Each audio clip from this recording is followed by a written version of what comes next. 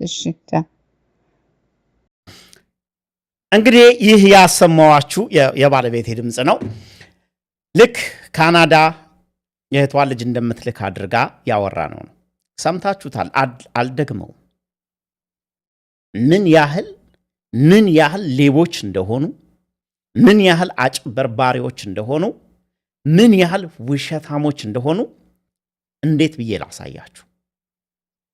እንደዚህ እያሉ የስንቱን ገንዘብ በሉት። እንደዚህ እያሉ የስንቱን ቤት የስንቱን ሰው ተስፋ አጨለሙ። ልብ በሉ። የካናዳ ፕሮሰስ ዛሬ ላይ ለዩቲዩበሮች የቪወር መሰብሰቢያ፣ ለቲክቶከሮች የገንዘብ ምንጭ፣